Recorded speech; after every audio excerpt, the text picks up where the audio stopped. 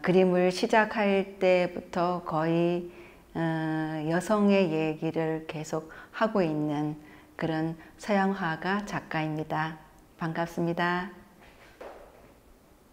일단 이 작품은 2019년도 그 100년간의 날개짓이라는 그런 타이틀 아래에 전시했던 작품들이에요.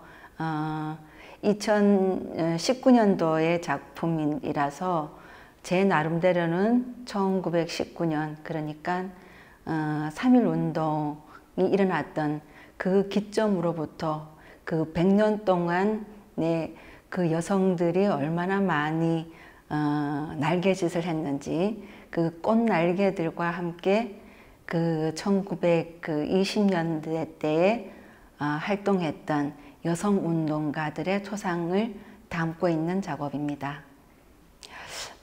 일단 사실 저는 이번 작업은 조금 그 2019년이라는, 그러니까 그 항일운동의 100주년이라는 그 나름 기념을 하기 위해서 했던 프로젝트 같은 전시고요. 원래 제 작업은 주로 소녀들을 많이 그리고 있습니다. 근데 이 소녀들이 그냥 예쁘고 귀여운 소녀들이 아니라 죽음의 강을 건너갔다 온 그 바리떼기 공주를 얘기하는 그 소녀들입니다. 바리떼기 신화라고 들어보셨나요? 그 바리떼기 신화 아마 그 읽어보신 어린이들이 많을 거라고 생각돼요. 바리떼기 공주는 제가 봤을 때는 그 여성의 욕망을 가장 잘 드러내고 있는 한국의 유일한 신화이지 않을까, 그런 생각들을 하고 있고요.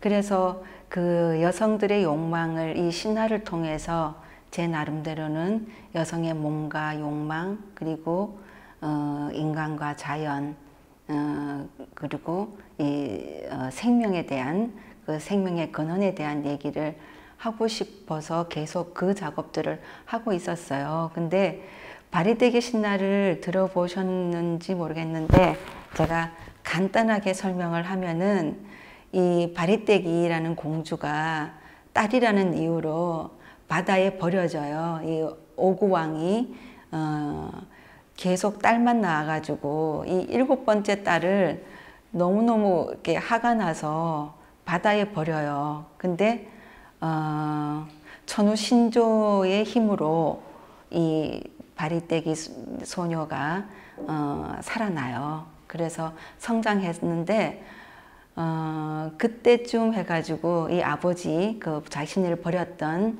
오구왕이 병이 들었거든요.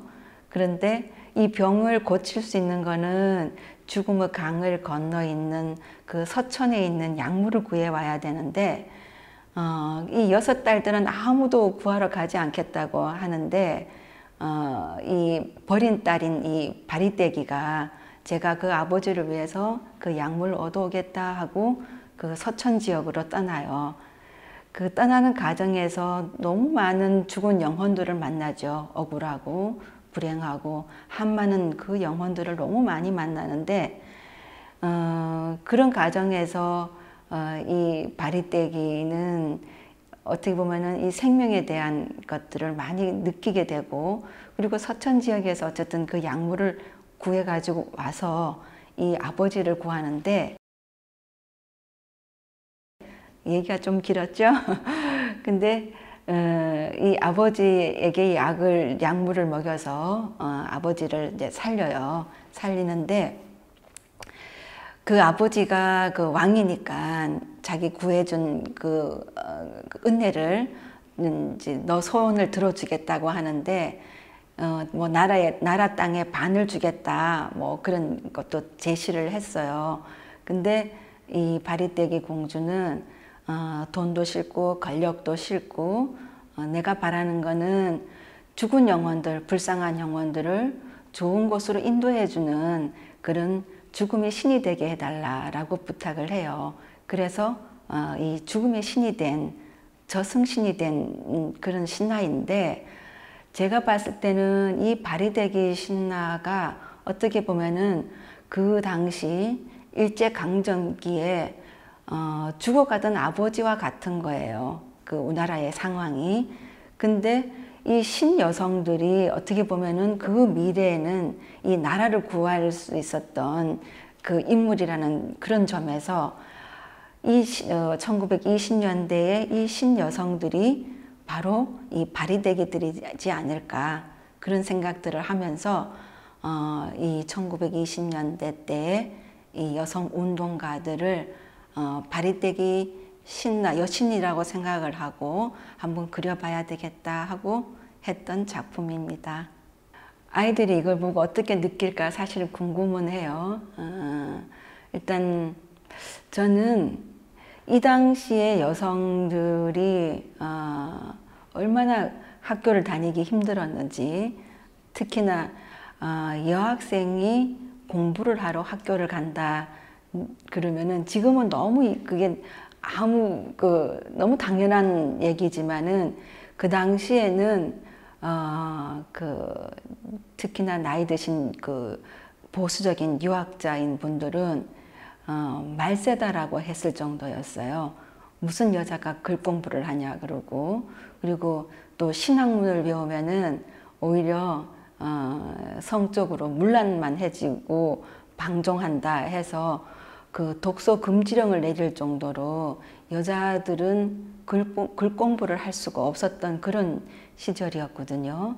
그런데 물론 그 당시에 학교를 갈 수 있었다는 거가 조금 개화된 아버지나 그 오빠의 영향력이나 뭐 어떤 가까운 지인의 도움이 있거나 그랬기 때문에 그나마 교육의 기회를 받을 수 있었겠지만은 어쨌든 이렇게 학교에 들어갔던 여성들은 같은 꿈을 가졌던 이 여성들만의 집단을 그리고 여성들의 관계들을 만들면서 자신들의 꿈을 키우고 또 그 사회에 대한 그 일들을 도모를 하고 그런 배움의 어떤 즐거움 이런 것들을 느꼈다는 거, 그리고 그 자기가 배운 것들을 사회에 공헌하기 위해서 또 많은 그 역할들을 했었었고, 그런 것들이 어떻게 보면은 지금은 너무 당연하지만은 그 교육의 기회를 얻고 그리고 자기의 직업을 가지게 되기까지 굉장히 파란만장한 너무나 엄청난 시련들과 희생들이 있었거든요.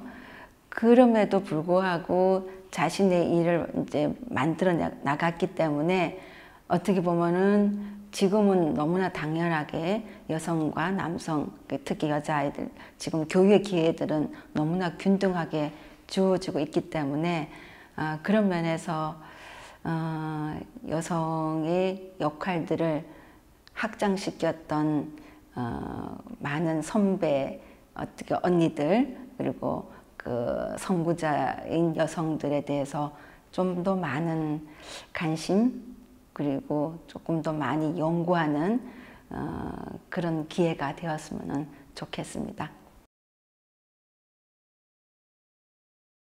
사실 성평등 교육은 그게 무의식적으로 학습되어지는 부분들이 많잖아요. 그러니까 항상 가까이 있는 부모로부터 아마 제일 많은 영향을 받을 거라고 생각을 해요. 그래서 제 세대 때는 지금과는 굉장히 다르지만은 여자는 어떻게 해야 되고 남자는 어떻게 되고 그런 고정관념들에 그냥 일상에 노출되어 있었기 때문에 자기도 모르게 그런 것들을 이렇게 습득했었어요. 여자니까 막 나대면 안 되고 그리고 나서지도 말아야 되고 조심해야 되고 그리고 말도 많으면 안 되고 뭐 이런 것들이 있었어요. 특히 뭐 남자애들도 마찬가지로 남자들도 강해야 되고 뭐 울면 안 되고 이렇게 늘 씩씩한 모습을 보여줘야 되고 부끄럼 타도 안 되고 뭐 이런 것들이 있었거든요. 그리고 교육 심리학자인 샘 벤던슨가 뭔가 하여튼 이름은 잊어먹었는데 그분이 그래요. 이 양성적인 사람들이 오히려 창의력이 높고 그리고 대인관계가 원만하대요. 그래서 그런 이 남성성과 여성성을 다 가진 사람들이 오히려 직업의 기회가 많고 그리고 적응력도 빠르답니다. 근데 제가 봤을 때는 모든 아이들한테는 남성성, 여성성이 다 가지고 있어요. 그래서 이 이게 남성적이다, 여성적이다는 거를 저는 절대로 어릴 때부터는 얘기를 안 했으면 좋겠어요.